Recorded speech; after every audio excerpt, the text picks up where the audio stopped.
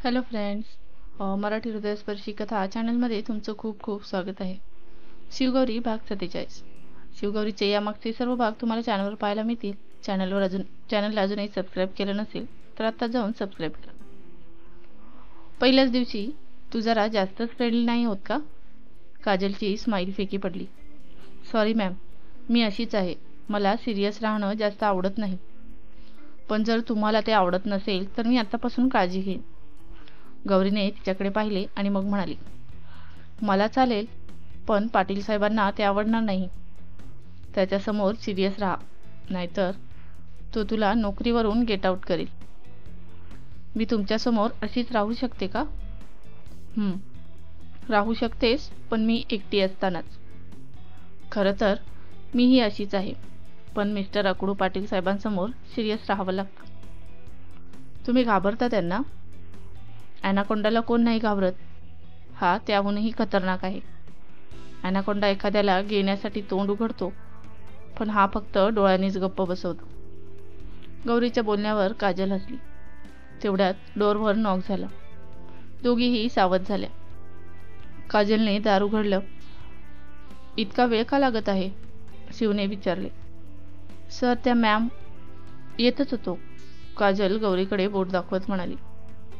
शिवने गौरीकडे पाहिले. त्याची नजर तिच्यावर थांबली. त्याने काजलला बाहेर जाण्याचा इशारा केला आणि गौरीकडे पाहत तिच्या जवळ आला. गौरीने डोळे वर करून त्याच्याकडे पाहिले. शिव तिच्याकडेच पाहत होता. माहीत नाही का, आज शिवच्या डोळ्यांची गरमी तिला जाळत होती. त्याने तिला यापूर्वी कधीही असे पाहिले नव्हते. त्याच्या डोळ्यांनी गौरीच्या मनात एक खळबळ निर्माण झाली होती. गौरी काही बोलण्यापूर्वीच शिव तिच्या जवळ आला आणि तिच्या खांद्यावर हात ठेवत तिचा चेहरा आरशाकडे वळवला आणि बोटांनी तिचे केस एका बाजूला सरकवले. त्याच्या बोटांचा स्पर्श तिच्या पाठीवर जाणवल्याने गौरी स्तब्ध झाली. ती तिच्या चेहऱ्यावर ते भाव येऊ देत नाहीत म्हणून शक्य तितके प्रयत्न करत होती. शिव तिच्याकडे पाहत म्हणाला, परफेक्ट, पार्टीला हेच घालून ये. गौरीने डोळे उघडले आणि त्याच्यापासून दूर जात म्हणाली, तू बाहेर जा, मी चेंज करून येते. शिवने तिच्याकडे पाहिले. तिच्या चेहऱ्यावर घामाचे थेंब साचले होते. तिच्याकडे एक नजर टाकून तो बाहेर पडला. त्याला जाताना पाहून गौरीने आपल्या छातीवर हात ठेवला आणि एक दीर्घ श्वास घेतला. याला काय झालंय? काही नशा केली आहे का? हा असा का बघायला लागला आहे आजकाल? मला नाही जायचं कुठल्या पार्टीला. माहीत नाही काय करायचा विचार करतोय. आता तर काही बोलायलाही भीती वाटत आहे. गौरी स्वतःशीच बडबडत चेंज करू लागली. तेवढ्यात डोअर नॉक झाला. गौरीने डोळे मिटले आणि रागाने दार उघडत म्हणाली, काही बॉम्ब नाही येई. गौरीला वाटले की काजल असेल, पण शिवला समोर पाहून तिचे शब्द अपूर्ण राहिले. हातात धरलेली साडी खांद्यावर ठेवत ती लगेच मागे वळली. तो माझा फोन आतच राहिला आहे, शिव म्हणाला. तसा गौरीने तो पाहिला आणि लगेच फोन उचलून त्याच्या हातात दिला आणि दार बंद केले. दार एका झटक्यात बंद झाल्याने ते शिवच्या चेहऱ्यावर आदळले. त्याने चिडून दारावर हात मारला आणि निघून गेला. गौरी थोडा वेळ दाराशी उभी राहून स्वतःला सावरण्याचा प्रयत्न करू लागली. थोड्या वेळाने ती बाहेर आली तेव्हा शिवसोबत तिची नजर मिळाली. तिने लगेच तोंड फिरवले.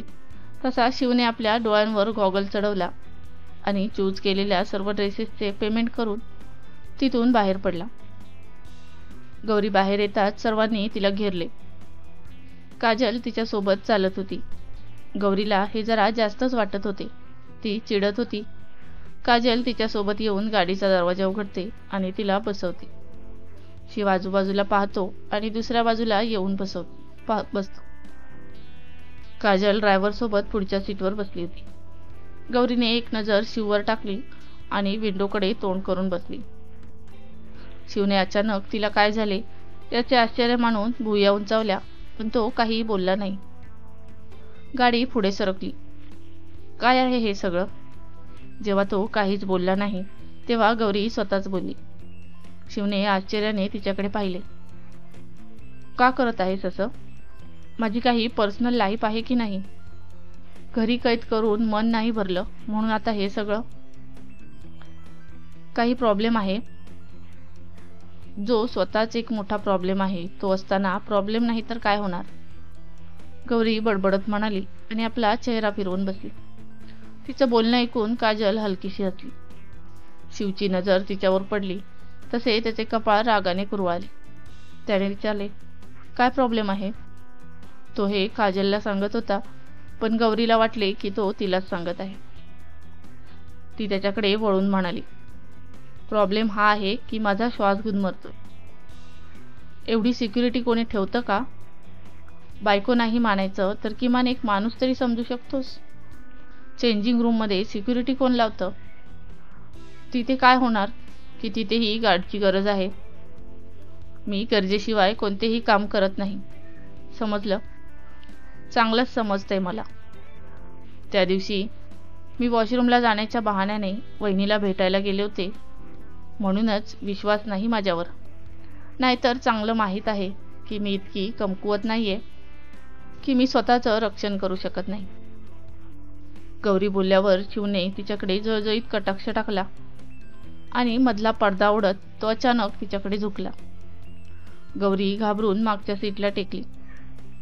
तिचे हार्टबीट वाढले होते. शिवने तिच्याकडे पाहिलं तेव्हा तो म्हणाला, काय झालं? स्वतःचं रक्षण करायला विसरलीस का? अरे, तुला काय म्हणायचंय? असं अचानक शत्रू इन्व्हिटेशन कार्ड देऊन अटॅक नाही करणार. गौरी आपले वाक्य पूर्ण करण्यापूर्वीच शिव दात विचकत म्हणाला, हां, हो, मी उत्तर देऊ शकते.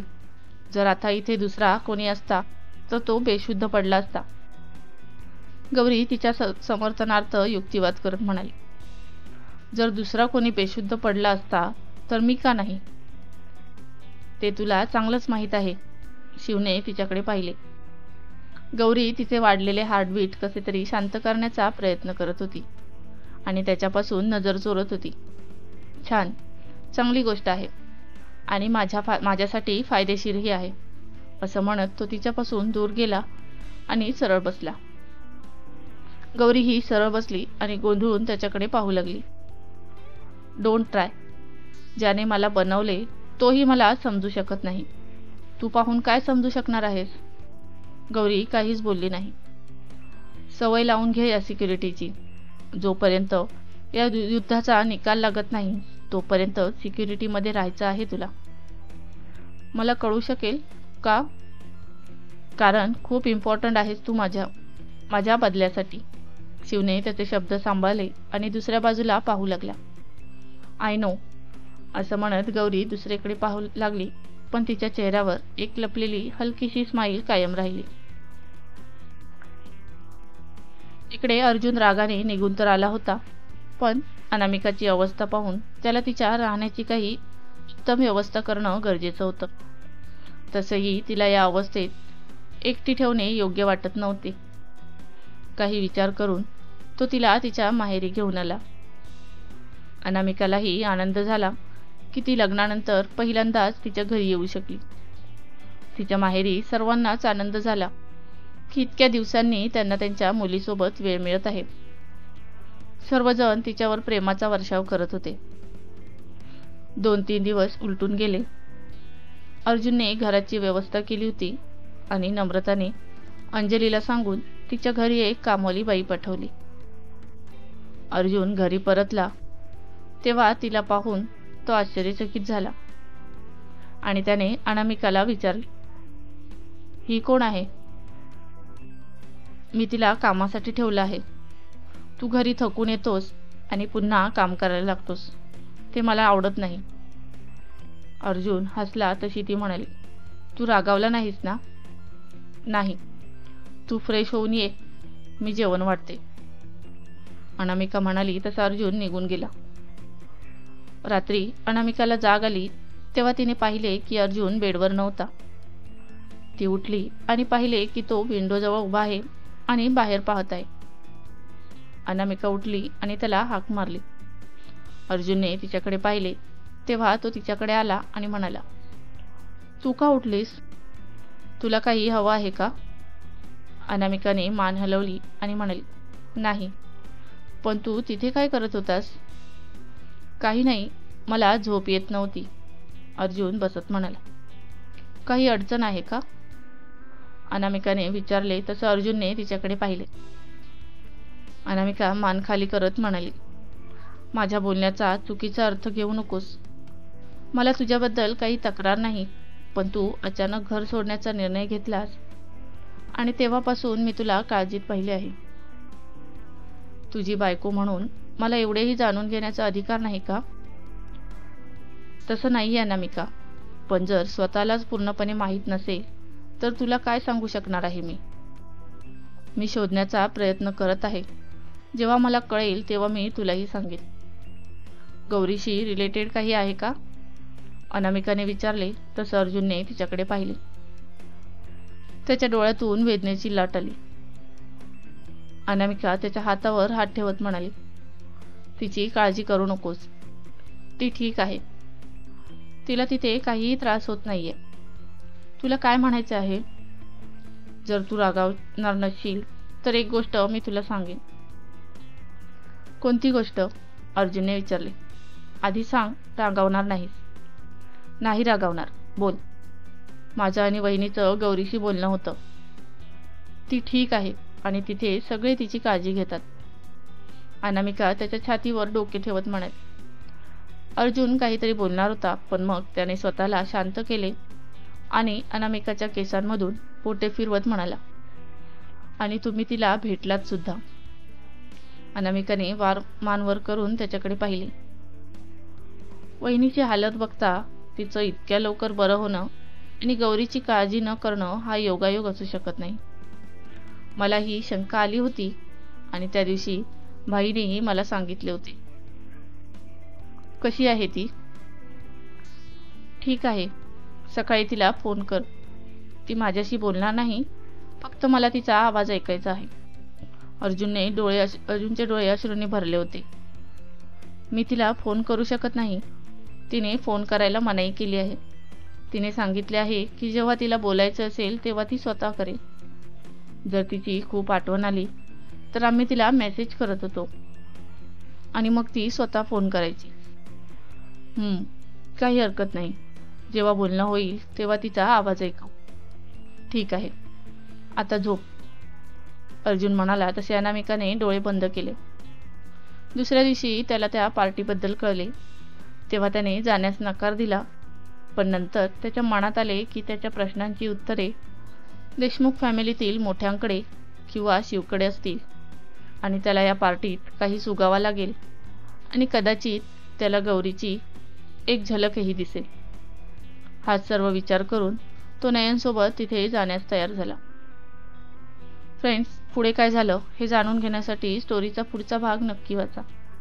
आणि स्टोरी आवडत असेल तर व्हिडिओला एक लाईक आणि चॅनलला सबस्क्राईब करून बेल आयकॉनचे बटन ऑलवर सेट करा, जेणेकरून पुढच्या भागाचे नोटिफिकेशन तुम्हाला मिळेल. धन्यवाद.